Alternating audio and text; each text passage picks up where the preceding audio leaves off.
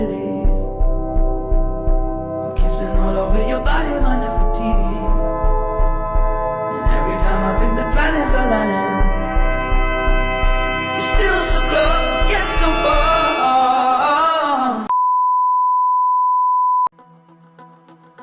Halo teman-teman semua, kalian tahu nggak sih kita lagi di mana? Jadi kita lagi di Masjid Agung Surakarta. Di sini kita lagi bersama dengan Bapak Alif. Bapak Alif ini adalah juru pelihara Masjid Agung Surakarta.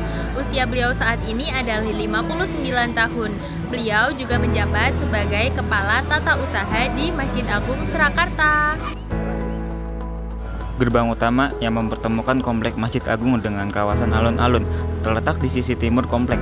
Terdapat 3 pintu masuk pada gapura utama. Pembangunan gapura utama dengan mengacu gaya arsitektur Persia itu selesai pada tahun 1901. Gapura tersebut berbahan batu bata. Terdapat simbol-simbol berupa relief dari panel kayu. Simbol terdapat di atas masing-masing pintu.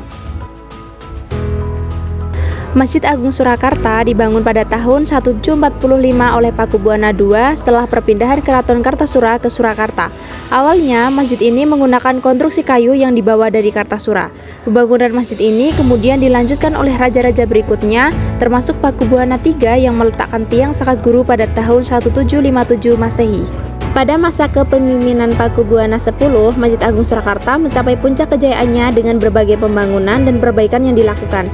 Raja ini meningkatkan fungsi masjid sebagai tempat ibadah dan pusat kegiatan masyarakatnya. Masjid ini memiliki arsitektur unik dengan bentuk joglo beratap tajuk susun 3 yang melambangkan kesempurnaan kaum muslim. Menara setinggi 33 meter dibangun pada masa Pakubuwana X dengan gaya arsitektur kutub minar khas India. Mulai dibangun tahun 1859 Jawa, menara ini digunakan untuk mengumandangkan azan dan kini juga sebagai tempat pengeras suara. Teratak rambat dan kuncung bangunan berfungsi sebagai pintu masuk utama masjid dengan atap limasan dan kampung. Teratak rambat memiliki ukuran 5,6 meter x 7,5 meter dengan 4 tiang kayu, sedangkan kuncung berukuran 5 meter x 4,5 meter dengan 4 tiang besi cor. Keduanya juga berfungsi sebagai area transisi menuju ruang utama masjid. Bangsal Pradangga digunakan sebagai tempat meletakkan seperangkat gamelan yang bernama Kiai Guntur Madu. Catatan sejarah Kesunan Surakarta Hadiningrat menyebutkan gamelan yang ditabuh di bangsal ini adalah gamelan Guntur Sari. Kegiatan sekaten tersebut masih berlangsung sampai sekarang. Jam istiwa memanfaatkan bayangan matahari untuk menunjukkan waktu, terutama saat matahari tepat di atas. Terbuat dari tembaga berbentuk cekungan setengah silinder dengan angka 1-12 dan dilengkapi jarum horizontal pandom yang menunjukkan waktu berdasarkan bayangan. Terletak di halaman Masjid Agung Surakarta. Dibuat pada masa Pakubuwana VIII tahun 1784 Jawa. Emper dan kolam. Bangunan utama di komplek Masjid Agung Surakarta dikelilingi oleh emper dan kolam. Emper dan kolam itu terpampang di sisi utara, timur, dan selatan bangunan utama yang berupa ruang utama serta kedua sisi sayap bangunan. Emper yang oleh sebagian orang dikenal juga sebagai selasar adalah ruang transisi antara luar dengan ruang yang lebih dalam. Kolam dibangun guna memastikan kaki pengunjung masjid bersih dari kotoran dan najis.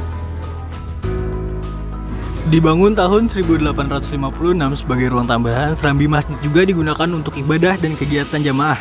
Luasnya 20,80 meter dikali 52,80 meter dengan atap jogrok khas rumah tradisional Jawa yang ditopang 40 tiang kayu jati. Desain dan konstruksinya dipengaruhi gaya Keraton Kasunanan Surakarta.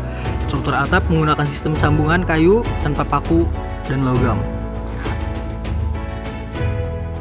Beduk lama yang diberi nama Kiai Wahyu Tenggara digantung pada gawangan kayu yang selaras dengan tiang-tiang serambi. Beduk dianggap sebagian warga memiliki kekuatan mistis dan dipukul pada malam hari pada bulan Ramadan. Beduk ditabuh setiap menjelang azan sholat fardu. Tiang semu. Keempat sisi dinding ruang sholat utama memiliki 4 tiang semu bergaya Doric. Di bagian atas tiang terdapat kapitel yang terlihat seperti tumpukan terpenggal. Ke-16 tiang semu berfungsi sebagai penyangga belandar, meskipun ujung belandar sebenarnya tertanam dalam tembok. Selanjutnya, ini adalah ruang inti masjid yang berfungsi sebagai ruang sholat. Ruang utama ini dilengkapi 11 pintu, 5 pintu di timur yang melambangkan rukun Islam, dan masing-masing 3 pintu di utara dan selatan. Ini adalah ruang transit, fasilitas khusus raja yang lengkap dengan padasan. Ruang transit terletak di sudut barat daya bangunan utama Masjid Agung Surakarta. Di Masjid Agung Surakarta, Pegon itu memiliki peran penting dalam penyebaran dan pendidikan Islam di Jawa. Sistem penulisannya menggunakan huruf Arab untuk menuliskan bahasa lokal seperti Jawa, Sunda, atau Madura. Clear adalah dinding setengah lingkaran yang dulunya menjadi batas sekaligus penutup kolom wudhu di sisi barat, khusus untuk jamaah laki-laki. Clear ini menghadap timur barat dan dibangun sebelum masa Pakubuwono X. Pada bagian clear terdapat relief seperti sulur, daun-daunan, simbol bintang, bumi, dan matahari. Hai, setelah kalian dengerin penjelasan dari Pak Alif tadi, kalian juga harus kenalan dengan kelompok kita dong. Karena ada pepatah mengatakan, tak kenal maka tak sayang. Hai, perkenalkan namaku Isnai Minur Kusmawati dari NIM 116. Salam kenal ya. Halo teman-teman, udah pada kenal belum sama cewek cantik satu ini? Belum. Oke, tanpa bertele-tele ya teman-teman. Perkenalkan, nama saya Fatmawati dari NIM 245 221 120. Dan dengan sebentar, perkenalkan nama saya Zaki Fatir Asa, NIM 245 22 11 22.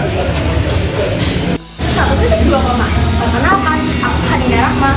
Halo semuanya, kenalin, aku Hadina Rahma dengan NIM 123. 23 kucing berlari. Perkenalkan, nama aku Tipi. Hai semua, perkenalkan nama saya Tipi Radila Betis dari NIM 126. Kanongkol Kalpari. Kenalkan, saya Muhammad Ato Fadul Ali. Sebelumnya, kenalkan nama saya Muhammad Ato Fadul Ali dari kelas 2D dengan NIM 221136.